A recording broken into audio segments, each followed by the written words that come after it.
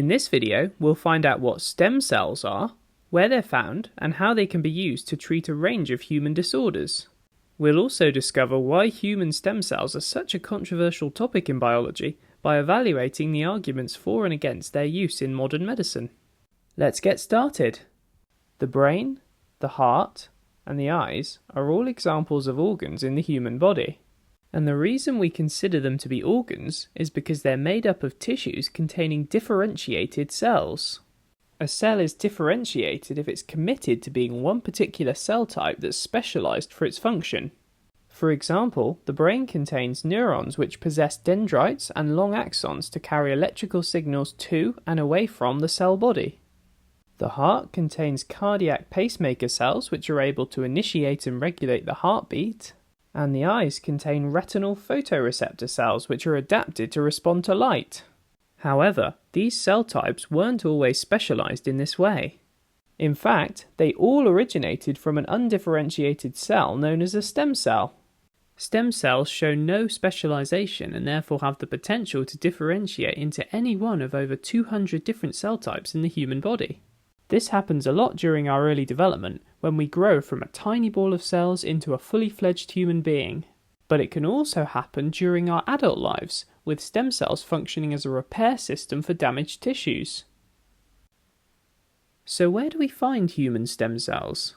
A human possesses 3 different types of stem cells from 3 different sources over the course of their lifetime.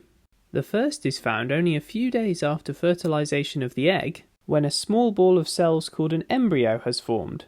These cells are known as embryonic stem cells, and they will go on to form all the tissues and organs which make up a human. The second source of stem cells is the umbilical cord.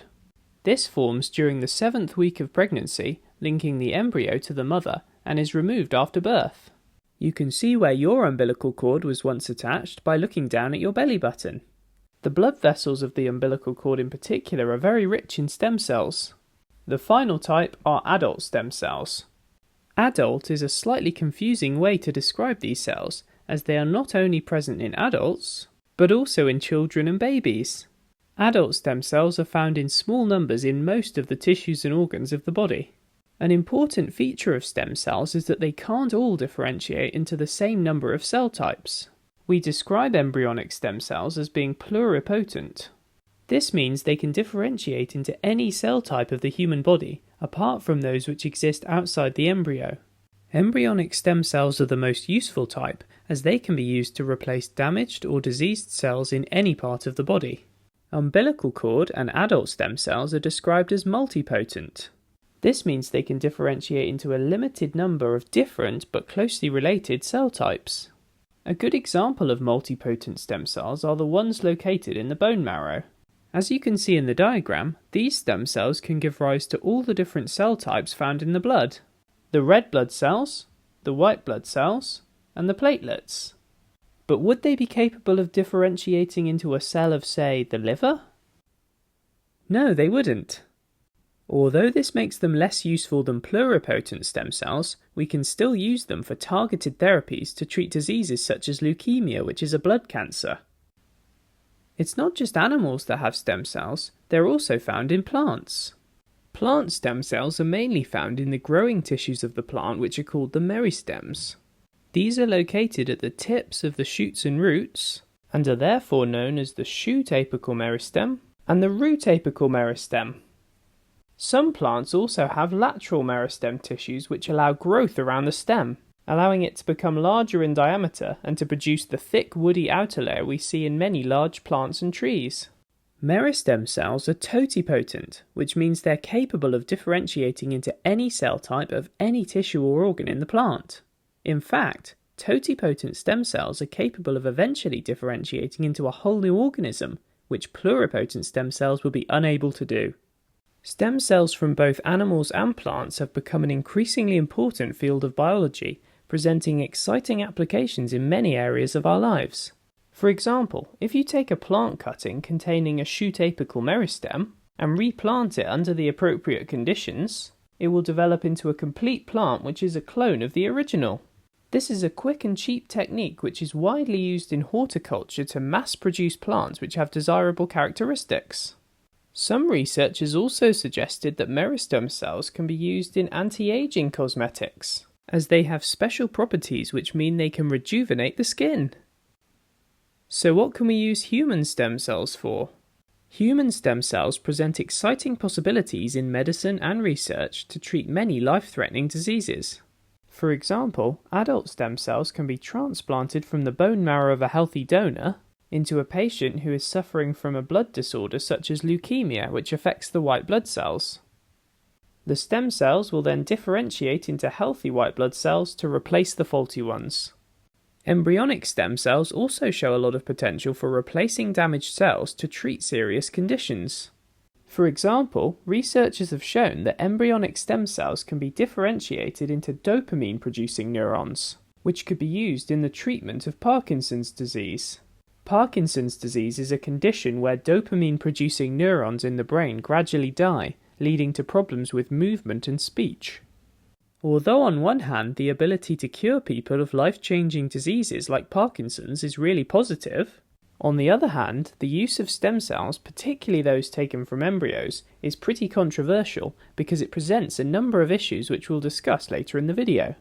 In order to get around some of these issues, scientists have developed a new stem cell line called induced pluripotent stem cells. These are produced by taking differentiated body cells and reprogramming them back into pluripotent stem cells.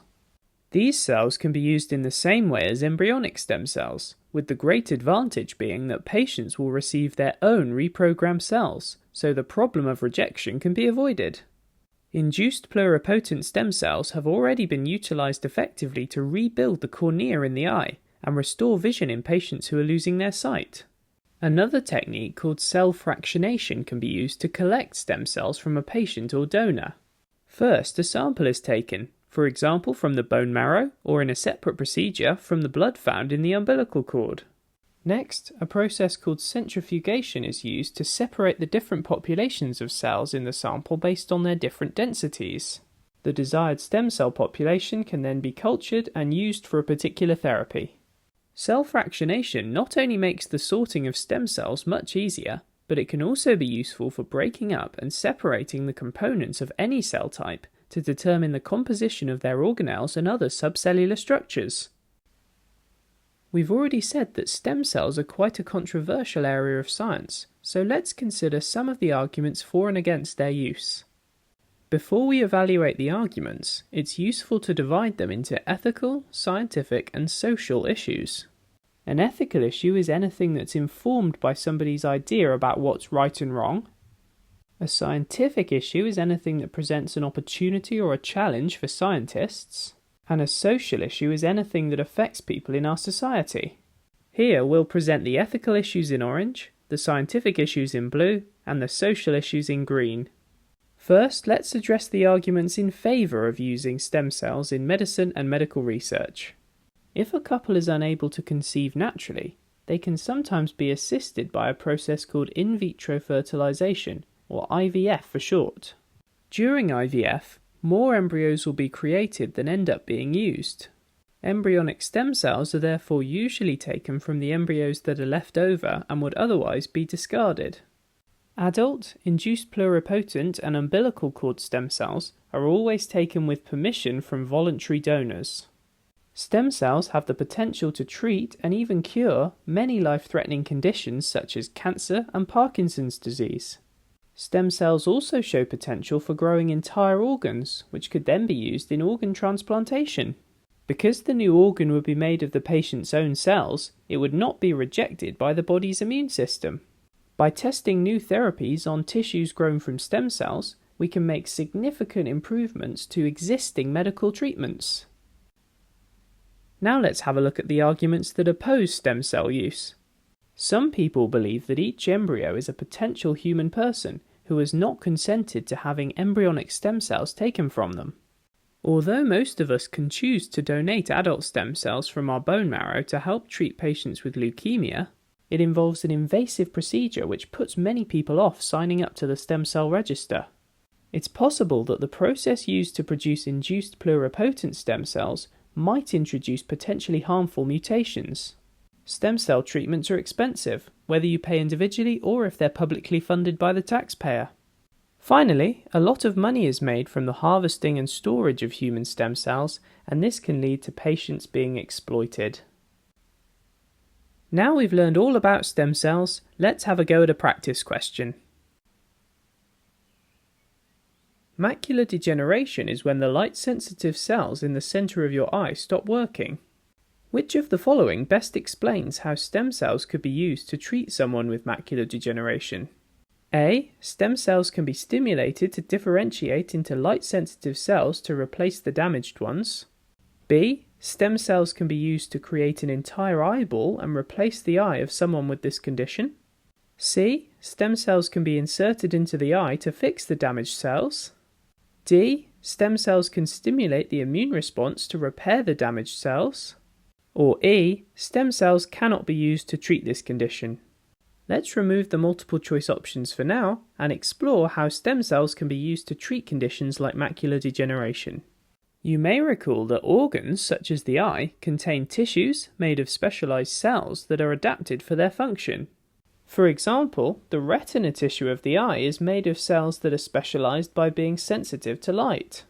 We say that specialized cells such as these are differentiated because they're committed to being specialized for their function. Not all cells are differentiated, however. Some cells, which can be found in developing human embryos, in the umbilical cord, in some tissues of the developed human body, or that can be artificially made from reprogrammed skin cells, are undifferentiated, and these are known as stem cells. Because they're not specialized, stem cells are capable of differentiating into a range of different cell types. This is how all our tissues and organs are formed during development, and how they repair themselves if they become damaged during adult life. Stem cells are also very useful to us because they can be used in medicine and research. This question is about macular degeneration, which is one of the conditions that could be treated using stem cells. The macula is the region of the retina shown in orange on this diagram. A macular degeneration is when the light-sensitive cells that make up this region gradually stop working over time, leading to sight loss, particularly in the centre of the sufferer's field of vision. Fortunately, stem cells show great potential for treating macular degeneration. Scientists could modify stem cells with specific proteins called transcription factors, which would stimulate them to differentiate into light-sensitive cells. These healthy cells could then be inserted into the macula to replace the damaged ones. Now we can return to the multiple choice options and answer this question. The statement that best explains how stem cells could be used to treat someone with macular degeneration is A. Stem cells can be stimulated to differentiate into light-sensitive cells to replace the damaged ones. Let's summarize what we've learnt in this video by reviewing the key points. Stem cells are unspecialized animal or plant cells that are capable of differentiating into a range of cell types. They can be totipotent, pluripotent, or multipotent. There are 4 types of human stem cell, which are all derived from different sources. Stem cells have many different uses, particularly in the fields of medicine and research. However, there are many issues surrounding these uses, which makes stem cells quite a controversial area of biology.